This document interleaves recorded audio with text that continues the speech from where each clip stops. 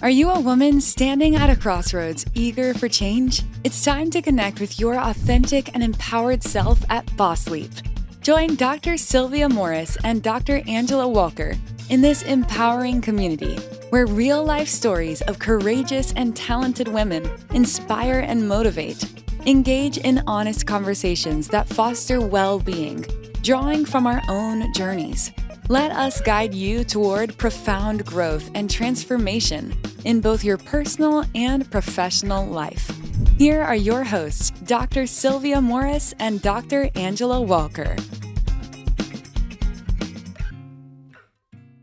Welcome back to Boss League. On this week's episode, we had an awesome conversation with Jennifer Williams.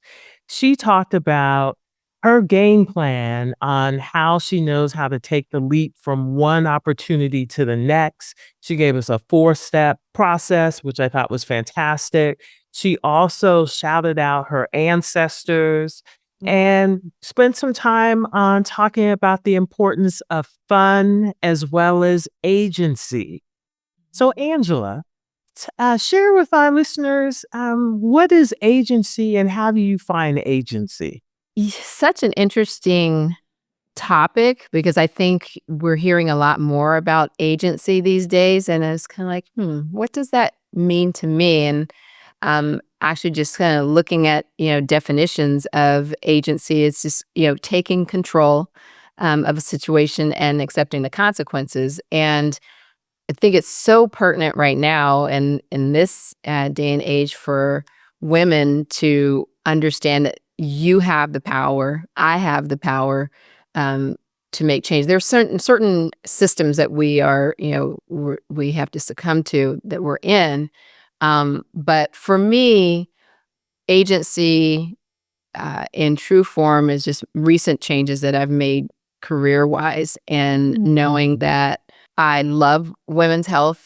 I love all things empowering and inspiring women, but I wanted to go beyond that 15 minutes. And you know what I mean by 15 minutes is what we typically have for a year's worth of activity in a woman's life. I have about 15, 20 minutes for a well woman exam. And we're talking about all things health, mental health, physical health, even, sometimes for women in your spiritual health. And I wanted to do more. I've felt like I have more to say, more to give.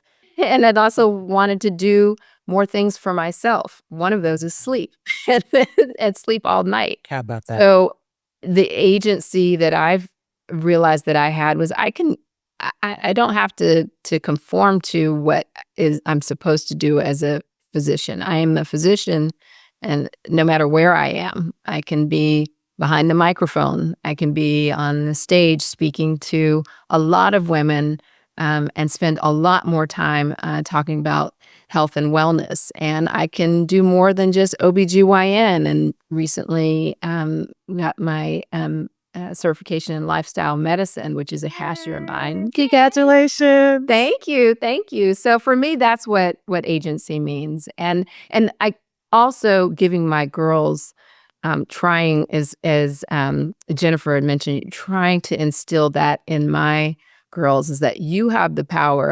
It doesn't matter what anyone else is doing or what you think limitations are. If you can dream it, you can do it, but you have to put the work in. It's not going to fall in your lap. It's not as easy as social media makes it look. You've got to do the research and put the work in, which is, I think, part of agency. How about for you? Yeah, when agency is one of those terms that's being, thrown around a lot recently. And initially, I was thinking about the song INDEPEND, so independent woman. I know my singing is not great. It is that because certainly my mom was very big on you have to know how to take care of yourself, whether it's financially and living with the decisions that you make. But I think now for me, it's more metaphysical, and I am the thinker that thinks the thoughts that brings the things. So I am the thinker that thinks the thoughts that brings the things. And what that says is I am able to co-create the life that I envision. And there's power in that. And I think oftentimes, I know in the past, I've kind of given away my power. I'm like, oh, well, that can't happen because of whatever happens to be. I'm not born into this particular family. I don't look like this, whatever. But now I am much more, well, how can I create the life that I want to enjoy? And so that it finds more meaning. So I am grateful for that. And I know in today's conversation with Jennifer Williams, we talk about what she's grateful for and we talk about agency. So let's listen to Jennifer Williams. Welcome back to Boss Lead. Today we are with Jennifer Williams, and we're just going to get into our conversation, Jen. So tell us and our audience, where did you grow up? I am right here. I'm from Atlanta, as they say. True ATLian? What? And from Decatur, West Greater. So I'll shout out to Decatur. Yeah, my parents came here from FAMU. They met at FAMU and came here for my mom to go to graduate school at the AU Center. And so I was born right there in some apartment. I wasn't born in the apartment complex, but we lived right outside of the AU campus so my mom could go to graduate school. Yeah. Wow. And what did you want to be when you grew up? Yeah. So initially, I wanted to be an anesthesiologist, right? So You know that? I did, right? But it was because my uncle was one, right? And he made good money, right? And they had a nice lifestyle. And I wanted that. Yeah, they do. That's right. And I wanted that, right? And so, but one day my mom said to me, now you do realize that everybody that you're probably going to be working with is probably sick and the environment, right? And I was like, oh, I hadn't thought about that, right? Like I hadn't thought about the hospital environment, right? All I could see was the money. And so I said, I'm going to put that one to the side for a second. And later I went on to say, as I went on to go to college, I thought I wanted to be in marketing and sales. And so, but that was the first level as anesthesiologist because of the money. Yeah. It's interesting for the audience, it's interesting because you had the intrigue and then your mom mentioned that you being sick. And it is true, training, you would be dealing with a lot of sick people. However, there are, nowadays there are arenas where an anesthesiologist may work at an outpatient surgery center, and those are typically going to be healthier, patients. And so you get all the influences, and sometimes, things change. And so for the people in the audience, some people don't want to do, OBGYN, and they don't have to do all the aspects of, OBGYN. And so you learn as you go and as you talk to other people. Tell us, you mentioned your mom, and obviously you listen to her. So tell us about who played, you feel, an important part in your life. It sounds like mom is one, and if there are more, you can share that. For sure. Absolutely. So, as you know, it's always a big shout out, as they say, to the ancestors, right? So I would certainly say there are probably 4 women in particular. It would be my maternal grandmother, who always said, right, she had an 8th grade education and said, you're going to always need to learn how to take care of yourself. So I'm going to need you to learn how to bake some pies or sew some dresses, or right. Her point was, you've got to figure out how to be resourceful, right, when the opportunity is not necessarily there, right? And she found herself in that situation. She became disabled later in life and could not work and had to find a way to take care of her family. And so she had to fall back on what were some of the other skills that she knew how to do that could bring in revenue. So that idea of always trying to be thinking about, what are the things I know how to do and how can I create for myself a living out of that, I think was a really important lesson. She sold lily dillies. I don't know if you know what that is. If you're from the South, you know what a lily dilly is, but I don't know what a lily dilly. I've ever said Texas. Maybe it's a so a lily dilly is a frozen, you mix whatever, it's Kool-Aid, and she put pineapple juice in it, and she had some other little special ingredient, lemonade of some sort, and you sell it as a frozen drink in a little paper cup, a Dixie cup, and she sold 3 different sizes, a nickel size, a dime size, and a quarter size. And so that's how I see. So the idea, this is your grandma's idea. That's exactly right. It's a little push up. That was a little push up. That's exactly right. So for sure, I learned that from her, from my paternal great aunt, who was a domestic for most of her life. She taught me about building your net worth. And so while she was a domestic, she owned property, she owned a laundromat, she owned a store. And her message to me was, you got to make sure you're doing it for yourself. Right. I remember her saying to me after her second husband, he was on his way, he passed away before she did. And one of the things he said to her when she was dying was, Annie, I want you to get married again. You need to find a husband. And she said, Henry, I wouldn't take another man if my hoo-ha was on fire and he had the last glass of water. She said, I am done, right? I am done with other people taking care of me, right? I have everything I need to take care of myself. I know how to be self-sufficient and resourceful. So it's not a disparaging comment on marriage, and it's not a disparaging comment on not having a man, but how can you take care of yourself, right? Yes. And making sure you put some things in place to do it. So those two women really about trying to make sure you can take care of your own. My grandmother's sister was the first one to go to college in the family, the educator, and she taught me about how do you make sure you're also taking into consideration others, right? You've had the privilege of education, and how do you make sure that you do that for others? And there's a little poem, I don't know if you know what's called the Starfish Thrower, that she told me about. It's about a man walking along a beach, and along the beach are starfish waiting to die, right? Lots of them just scattered along the beach, and approaching him is a little boy who's picking up starfish and throwing them back into the sea one at a time. And as they get closer together, the old man says to him, what does it matter? There are so many on the sand who will never make it. And he picks, without hesitation, the little boy picks up one and throws it back into the sea. He says, but it matters to that one, right? And so her point was, it matters, right, what you do, and that you have the ability to impact others, and do make sure that with that privilege that you get, that you make sure you take care of others. And then, of course, there's my mom, right, who is also always making sure I'm taking care of myself, taking, self-love, take care, all of those things. So those are my four my four queens. Wow. All sage advice. Absolutely. Love all of it. And I love all of it. Remind me of my mom, Del Morris, was big on you have to be able to take care of yourself. And, if I learned nothing from her as far as just being kind of self-sufficient and planning for the future, and then service was a big part of her life as well. So it seems as if our ancestors were on a same accord. Yes, absolutely. And you mentioned your parents, Jen, as far as meeting at FAM, and I know that you went to Hampton.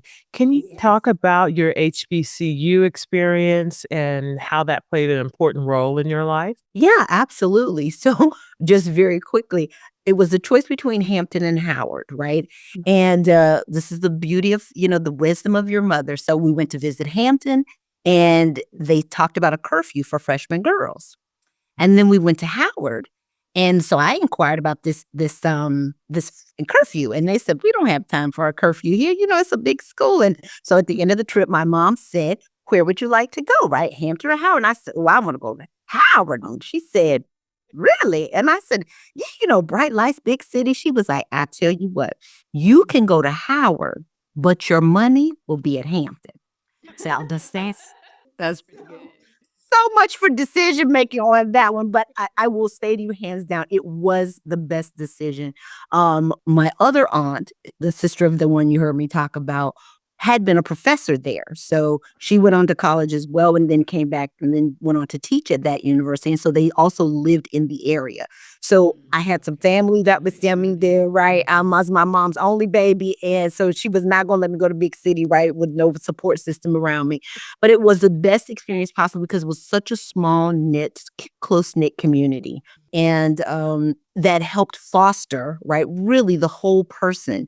And I remember going on internships while I was in schooling, and other kids from big schools talking about their TA and that's how they got their information about classes. And I thought, I don't know what that is. What is that, right? And I said, my teacher and I sit, and my cousins, we sit in a circle, right? Like we sit around in a circle and we talk to each other, and I stop by their office all the time. And so just that a community, right, support was, hugely impactful, really. I'm sorry, you knew your professors directly?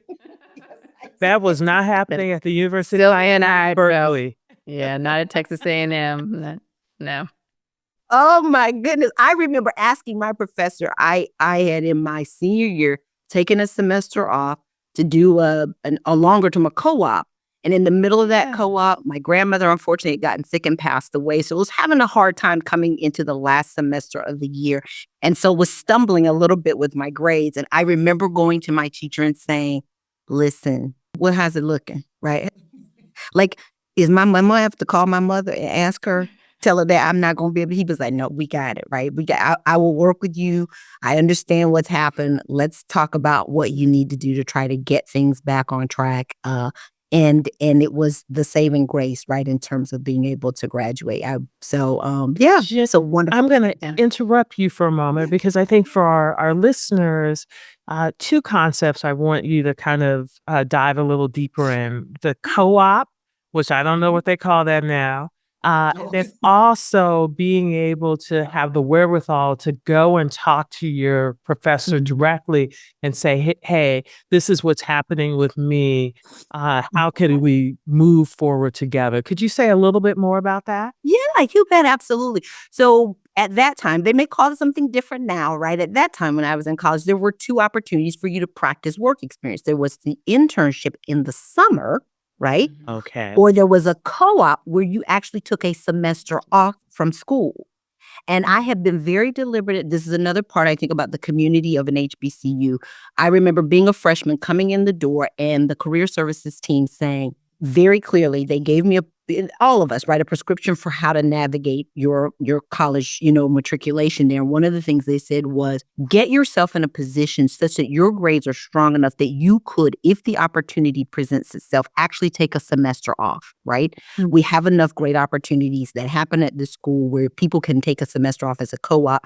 And you should get yourself in position, get your grades up, get your courses loaded such that you are not waiting until your senior year, right, to take all of your hard courses. Make sure you are front loading in terms of why you got the chance in the easy years to get A's so you have room to drop, right, in years 2 and 3, so that by the time you get to your senior year, you're not desperate, right? It's not a desperate time for you. And so I was very calculated in going to college in my school years to do that. So I was primed and ready when the position and the opportunity presented itself. I could take that semester off from school and still only have to take 4 classes when I came back, right? So I could have taken 2 in first semester and 2 in the second semester and been able to graduate on time. But I took that semester off and then came back with 4 to go. Yeah. So that's the co-op piece. And the piece about the grades, I think those were 2. I'm going to go back to Miss Betty. That's my mom's name. She was very clear, and I'll talk about that in a second, very clear about how this thing was going to work, right, in terms of us getting through college, right? She said, listen to me clearly, faux and no mo, right? Oh. I am paying for 4 years. That's 4 and a half. Not 4 and a half, not 4 and some nuts. Nada. No, ma'am. No, ma'am. And let's be really clear. I am paying fully for an A and a B. I am paying 3/4 of a C. I am paying half of a D. And if you make an F, you need to bring yourself home, right? Wow. Because she was working a full-time job and a part-time job, right, in order to pay for me to go to school. We agreed I would pay for the books and anything else, and she would pay for room and board and the meal plan. A's and B's. And A's and B's and 1/4 of a, right, 3/4 of a C and a half of a D, and otherwise come home. Yeah. So I was like, sir, you don't understand, right? I have a contract with my mom about how this is supposed to work, and I'm not honoring my part of the contract right now. So some of it was just fear, right? Yeah. I think, but the other I would certainly say is I do think that community, right, and that environment created the atmosphere for you to feel comfortable that you could go forward, right? That you could ask the question. But also my mother, I think also early in life, really teaching agency, right? That's our word. I was just about, we talked about that in the introduction. And that's exactly what I felt and heard through your experiences. Basically, you took the the power and took the choices and accepted the consequences, but you knew that you had to do it. So going to your professor is just a wonderful example of taking the agency. You knew what you had to do because you weren't going home. It wasn't going to end on that note. It was not. Yeah. Yeah. So that there's how that came about. Yeah. So along those lines, I mean, it sounds like you've had amazing, wonderful mentors and women that have spoken into your life and gave you, that power and agency. Is there anything that you would tell your younger self at this point, maybe that, to advice to her? One of those I would say is it's okay to have unstructured fun, right? So one of the things my friends would know me for, and they'd even talk about, even today as we talk about our college experiences, almost that we had very different college experiences. I went to school with, and I don't know if you know the organization called Posse, but I went to school with two of my other friends, right? So this idea of you go to school with your own posse, right? So in case something goes down, you got somebody there for you. But we all have very different experiences, right? Because I would call myself the nerd, right? And because of and I don't want to, that's not a message for my mom but I was very clear about what I was there to do, right? And so this idea of just going and hanging out on the yard that was anathema. I'm like, no, ma'am, we're not doing that. And so, and that became that took me even into my early work years, right? About it's okay to have unstructured fun, right? It's okay to do things just for the sake of being, right? To be in the space.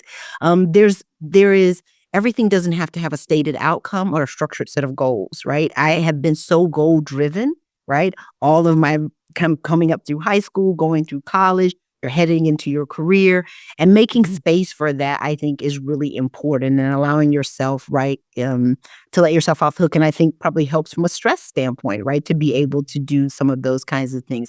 Even the idea of making maybe a B or a C on an assignment, not in the class, but on an assignment that didn't have a lot of value, right? Maybe it was a low impact grade, right? I didn't understand those things, and I felt like everything needed to be at full tilt, right?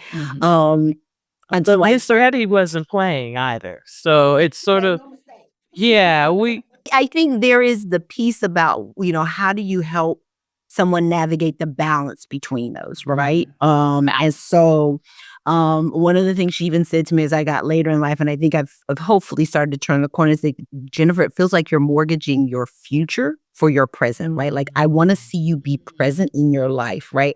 And enjoying the moments in your life. And because I've always been this kind of future focused. I want to make sure once I get to the end of whatever this thing is, everything is in place, right? I got enough money, I got a house, I got all those things, and missing the ride and the journey along. And so it is the thing I would say to my younger self, that it's okay, right, to let yourself off the hook from having to be responsible every single moment of the day, right? And everything must be structured, because there's the beauty in that, where you only come this way once, and make sure you enjoy the ride. So that's such a hard lesson to learn. I too have been working on fun, and I don't think you can put work and fun in the same sentence, but certainly being intentional about it. My mom, again, was Miss Dell, and she sent me to Berkeley to graduate and then get into medical school. That was sort of the deal that we made. So I get when you're like, I can't be hanging out. I can't do that. Because first of all, my mother could see me from Los Angeles up to Berkeley. And for our listeners, that is at least a 6-hour drive or 8-hour drive. It's an hour flight. So she couldn't see me. But I knew she knew what was happening. So just learning how to have fun and being present it's a skill set. And harmony is one of my new favorite words, because I too swing in, okay, I'm planning for the event that's going to happen 3 years from now, and then we're going to walk backward from that so I could get to 3 years from now. But what's happening at this moment?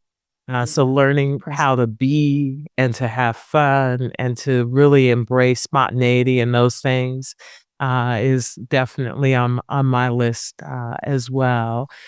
So along those lines, Jen, motherhood. What has motherhood taught you? Ooh, that's a good one.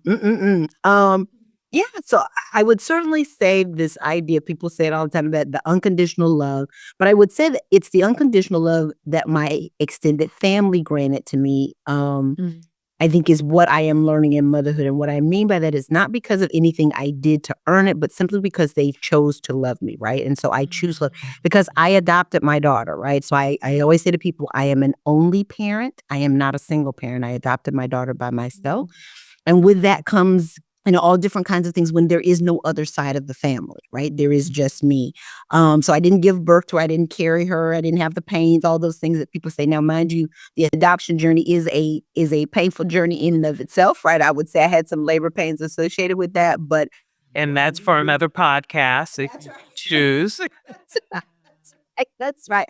But we have been together since she has been 15 minutes old. And so I always say to people, whatever's wrong with her, I did it right. And so, but the minute I saw her, right, I knew it was mine. She was mine to protect and to love and to care for. And so I would say the things that it's taught me is that, and resting in something that a minister said that helps me a lot, that children don't belong to you, but they come through you, right? Your job is to help shepherd their lives. And so it's taught me not to impose my dreams on her, right? But to inspire the ones that she already has inside her. It's taught me about, some battles are not worth fighting, right? But she is always worth fighting for, right?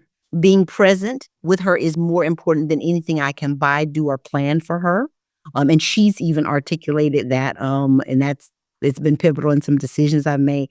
And that she, along with all of these other accomplishments, right, that I am hoping to amass or I am amassing or I point to, she is part of my legacy as is anything else. And I choose her every single time at every fork in the road where she is at that intersection point. I choose her, right? Because the investment I make there is critically important to help equip her to be able to manifest the future she wants for herself. And so those are the things I have learned about motherhood. But I also have learned that it's okay to. Somebody gave me a book or mentioned a book to me when I first adopted her, and I totally get it. Parenting is not a lot of fun, but very rewarding, right? So it's a lot of work, right? And I'm always amazed at the women who are, they are in love with every single moment of it. I'm just gonna be honest. You're real. My lived experience, but I don't love every single moment of it. But that's okay because I have met other parents who are in that same way, right? And so it's taught me that there can be different ways of parenting and different ways of doing this job, and all of them are okay, and we're all on a journey. But yes, ma'am. Yeah. Yeah.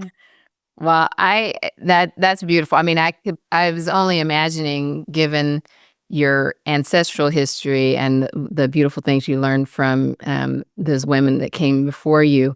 I can speak from being a chosen child myself, adopted, especially now at this age. I realize how incredibly, incredibly blessed I am when you can look back and know that you had unconditional love, that you were meant to be, you were chosen, it wasn't an accident, and they were so intentional about just being loving. So it's truly a gift, and I'm so incredibly grateful when you can look back and say, oh, this could have happened to me or that could have happened to me, but God gave me the family that I have. So kudos to you. And I'd say that to patients all the time. I always love to share because people kind of wonder, well, what about this? What about that? It's just the love.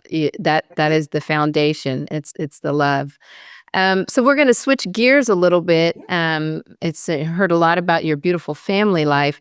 Can you tell us what lessons you've learned as an entrepreneur? And I'd love to hear about some of your entrepreneurial pursuits. And I'm going to set this up a little bit because Jen, when you and I met, we were at Serenbe. And you have this really cool business where you could rent bikes, and there were, I'm going to call them like nature hikes with a naturalist and all sorts of things. So you are a serial entrepreneur. So please share some pearls with our audience. Oh, I love that. Thank you for saying that. You're right. Absolutely. And I think, again, you heard that. I think it's those women, right, instilled in you, right? If and what I learned, I think, 'cause here's what I'd say about being an entrepreneur.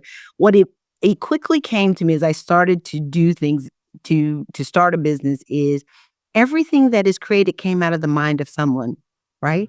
And I thought, well, if it could come out of their mind, then I could come out of my mind. I can do that same thing too, right? And so I think the lessons, some very practical though lessons I think I learned in terms of entrepreneurship is the sooner you can transition and create processes and infrastructures that support the day-to-day operation of the business, then you no longer have to be the whole business and you can do what you do best. Because oftentimes the trap of what happens, especially when you're starting off in a small business, is you are everything, right?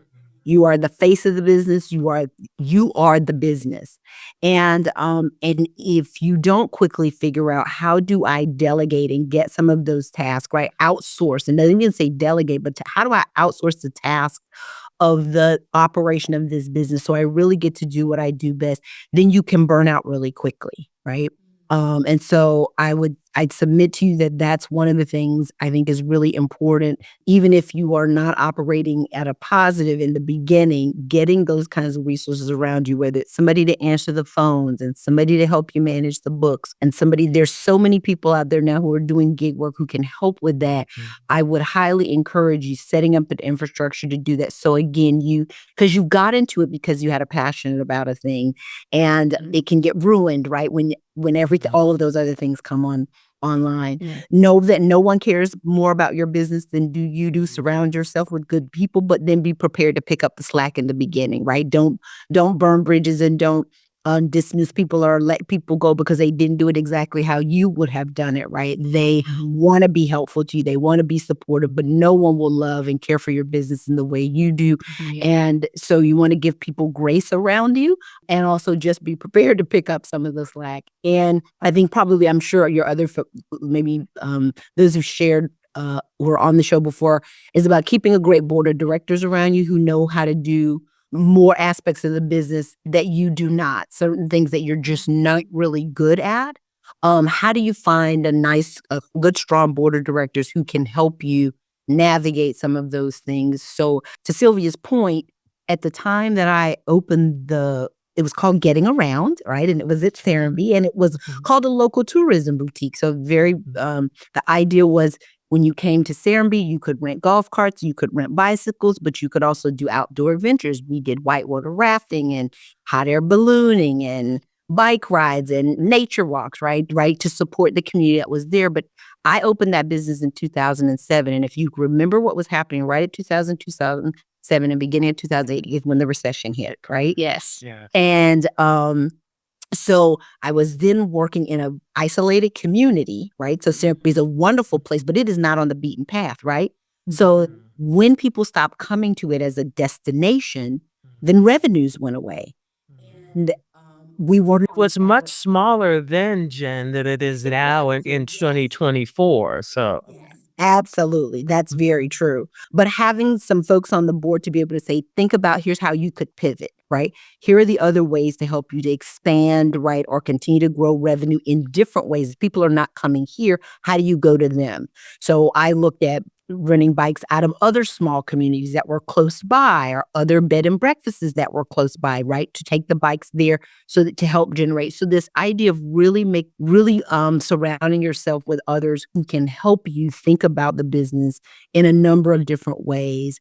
Because as we all know, those first 5 years are just extremely, extremely important in terms of the viability of the business. And so those are probably some key lessons I would say I learned kind of from an entrepreneurial standpoint. I'm just going to ask a follow-up question, and somewhat selfish because I'm in the journey right now. How did you, and that was a long time ago, I know, so you didn't have the same access to social media and all the things that are out there now. How did you go about choosing the sources that you use, like the outsourcing, like, administrative assistant and those, and your board of directors? What was your process like? Yeah. So at that point, I was a part of an organization called Path Builders. They're here in Atlanta. I would highly recommend them. And they are designed for professional women, and they kind of have two tracks. They have a track for women who are in a corporate setting, and they have a track for women who are business owners. And so there was a network of women who were also, right, who had trailed the plays, had blazed the trails long before me, who could then look back and say, oh, yeah, Nice. I remember that stage. Here's what you need to do at this point, right? Oh, yeah, I recall, or here's someone I've used. And so again, this is back to investing in yourself, right? This whole idea of just betting on yourself, period. I say that to younger women all the time. Bet on yourself.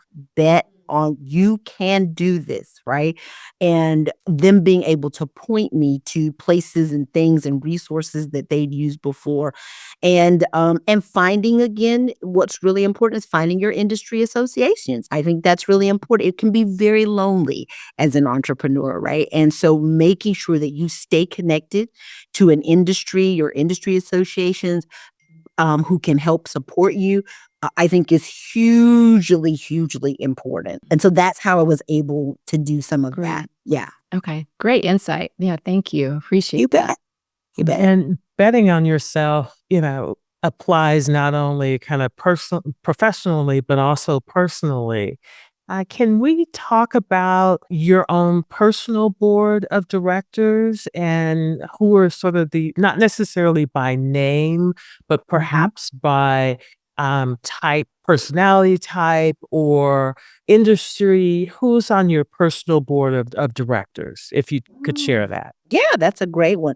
And it evolves as I change and grow, right? So at this juncture in my life, right, I've got some folks on there who are Black moms and who are moms who are also in my age group. Because it's interesting, I adopted my daughter much later in my life. And so my contemporaries, the parents who are contemporaries of me, are even at a different stage of life than I am. They're thinking about things that are different than me. And there's different stages in their career, financially. And so I have a couple of women who really kind of helped me navigate being a mom at this age. I think I have someone who is continually trying to help me manage the piece around this idea of, making sure you're whole person, right?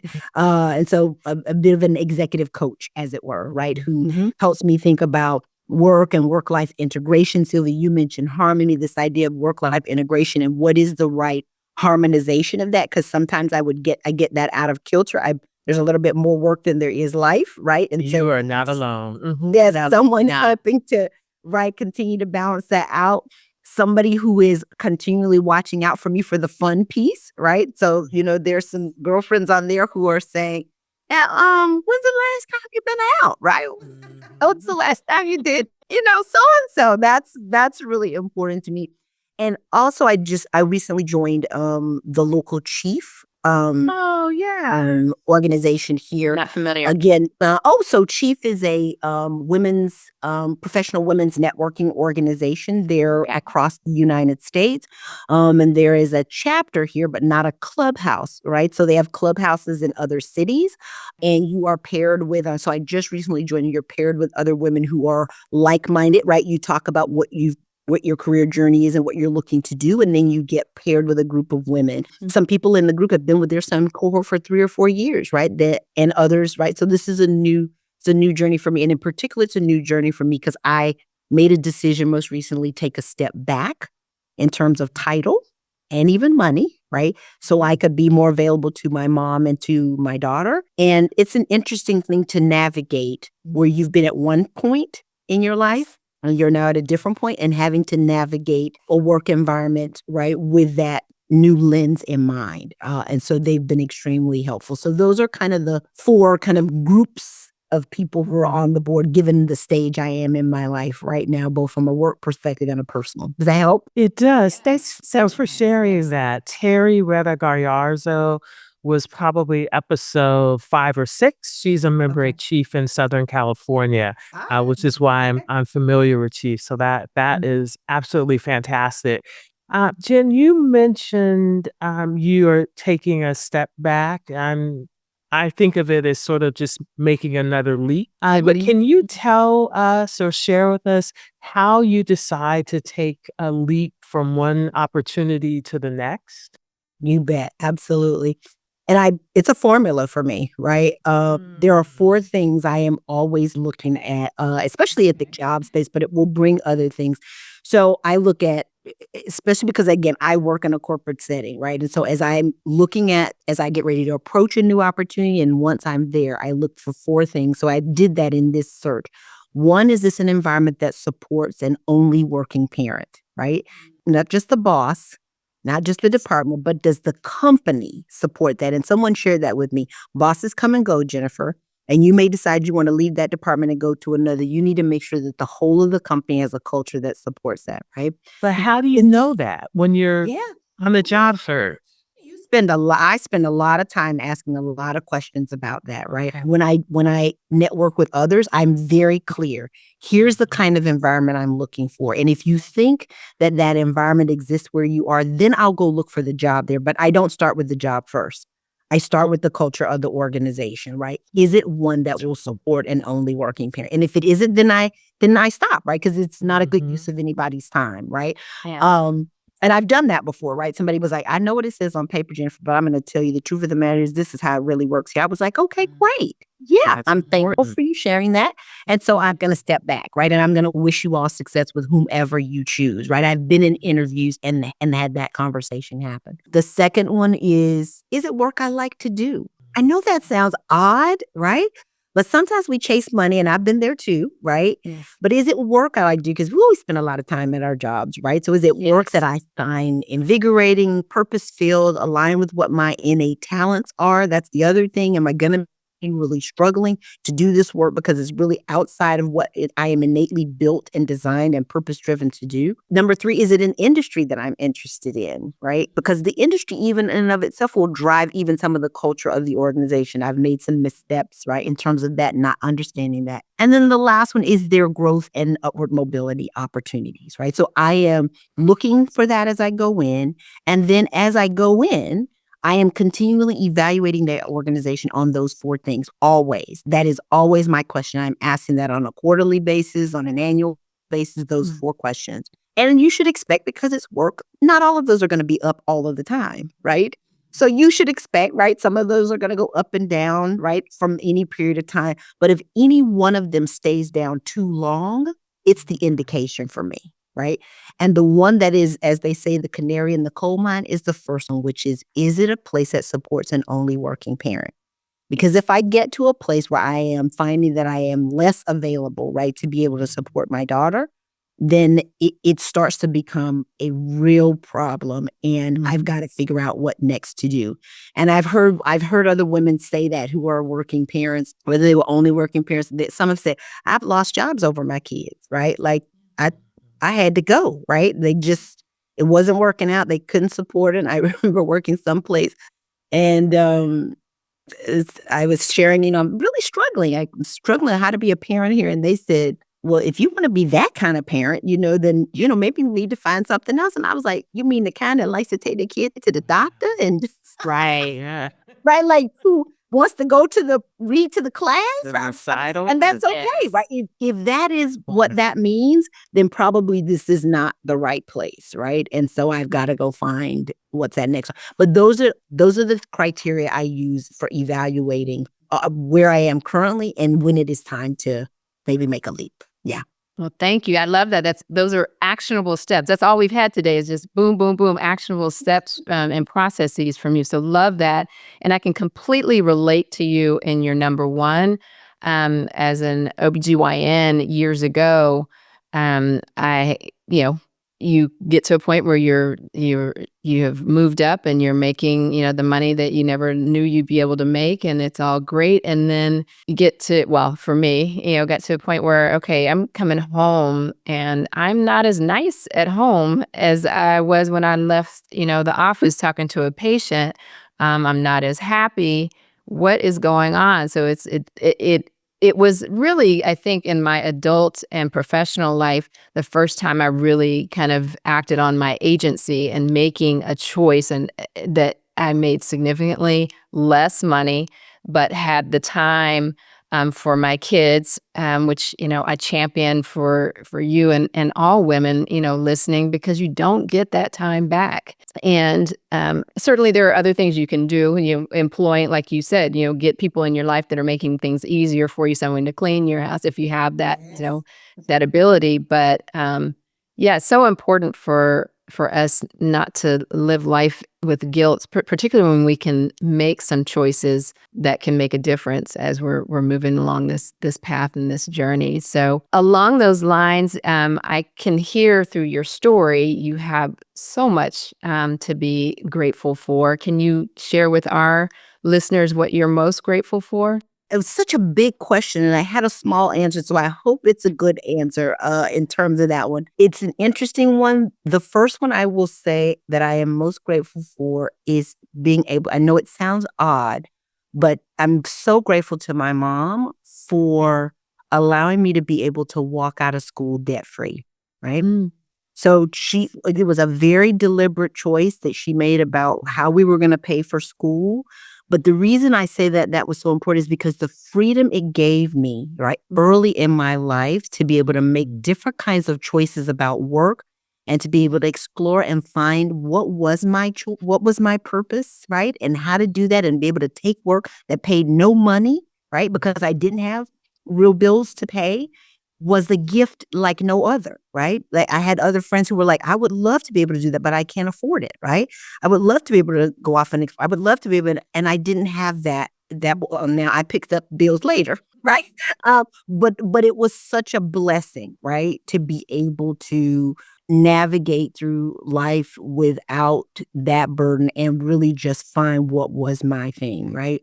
So I would say I'm eternally grateful for that because it has transpired or transitioned me into a career that I have been uniquely blessed, right, across my entire career to be able to have found it and to be able to then make the kind of money that has afforded me the lifestyle that supports me and my daughter.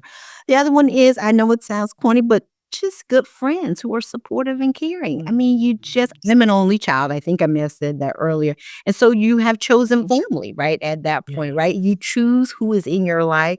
And it's just, I'm so grateful to them, to all who are always checking in on me and making sure I'm good. I happen to work in the DEI space. And right now, it's a really interesting time right now. And the countless number of friends who've sent me notes to just say, hey, how you doing? I see what's happening. You doing okay? What can I do? How can I be helpful? Where do we need to make a move, right? All of those things, whether that's on a work front, a personal front. I've got some friends who are going to take me out tonight. Last weekend was my birthday, and somebody else jumped in on the bandwagon to keep the party going. We share the same birthday. Yes, I heard that. Sylvia says, the 20th. Happy birthday. Yes. Hey, happy birthday. So those things are things that really, you can't buy that, right? Those are not things that you can buy. And I'm really grateful for that because not everybody has that. And so those are it. Right. Well, we're going to get you off on our last question that we always ask our guests is, how do you practice self-care? Yeah, I saw that question. Or how do you intend to practice self-care or, endeavor? I love it. I love it. I was like, oh boy, yeah, this one. So I'd say right now, self-care consists of anything that is not work, right? So as I just mentioned, I didn't know that I said it, but I just came off a gig that was really demanding, right? And just to have space and time around me and to honor that. Like the other morning, I was like, oh, I got to get up early and let me jump in there and do some emails. And I was like, nope, I'm not going to do that.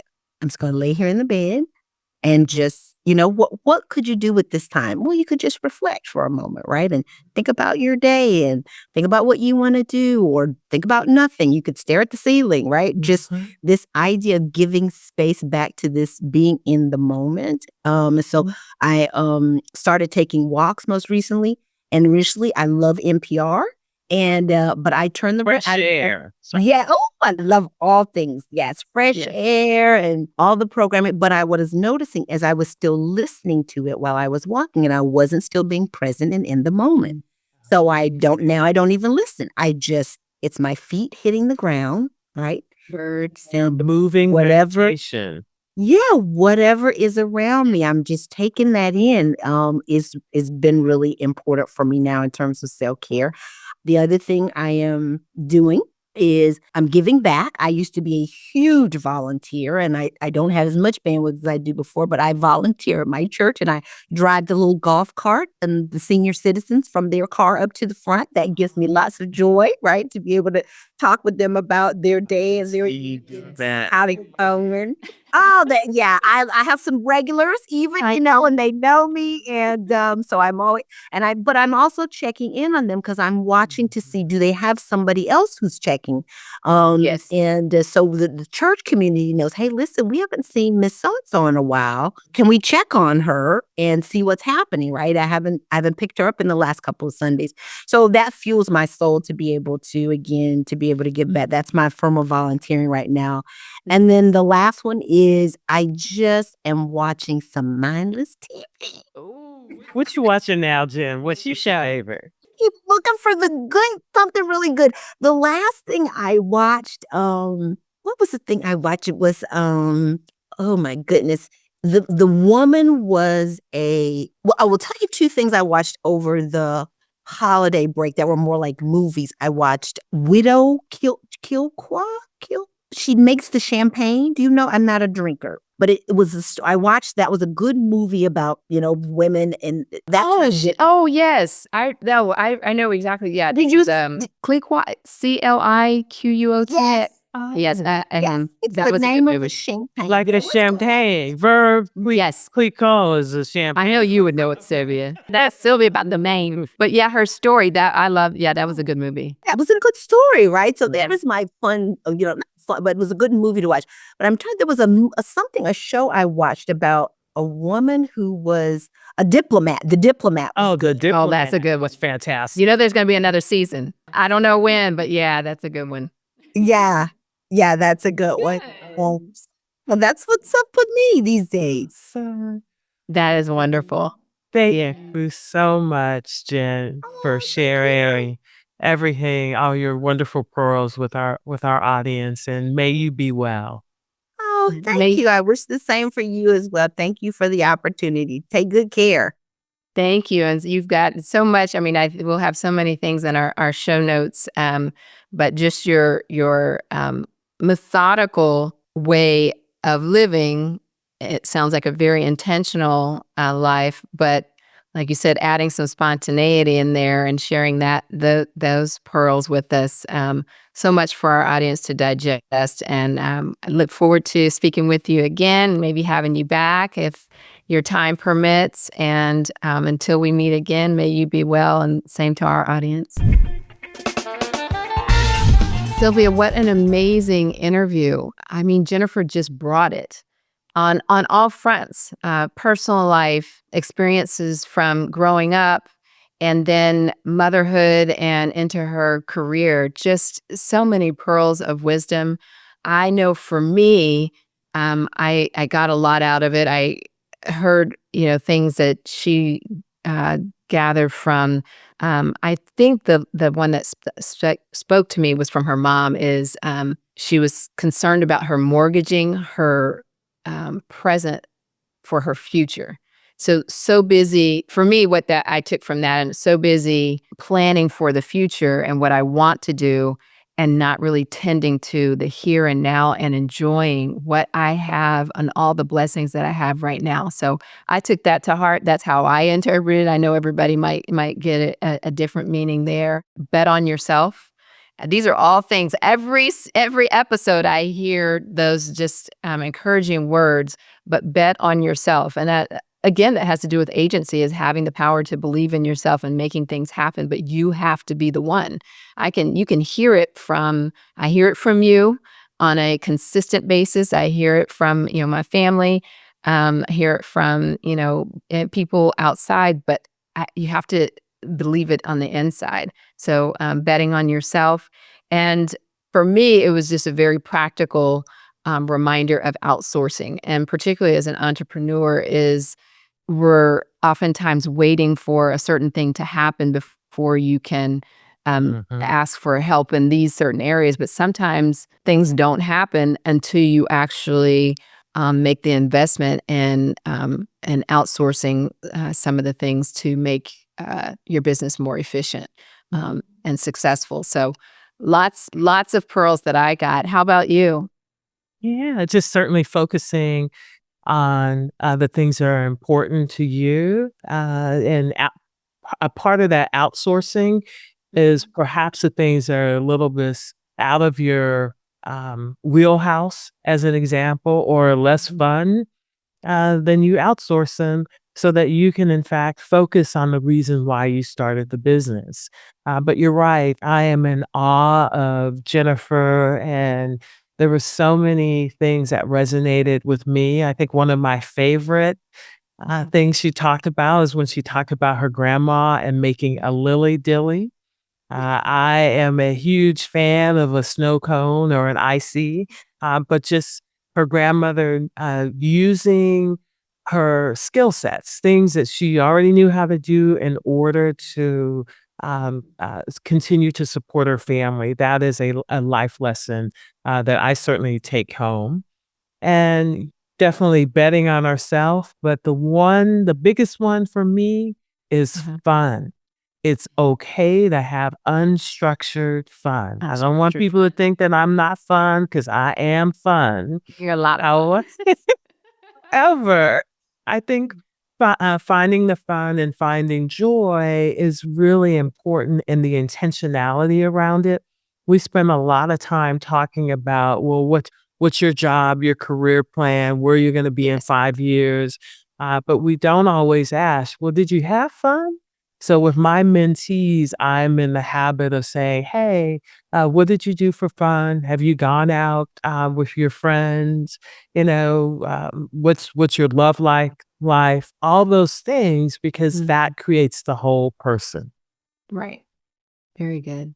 Very good. Love it. So Again, this was Jennifer. Yes. Yes, definitely. And would love to have her back I'm sure she'll have more actionable steps for us to get our lives in order.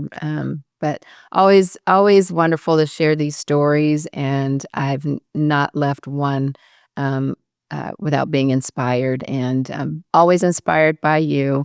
And I thank you for doing this Boss Leap journey with me. And to our audience, until we meet again, may you be well. Thank you, Angela, and may you be well.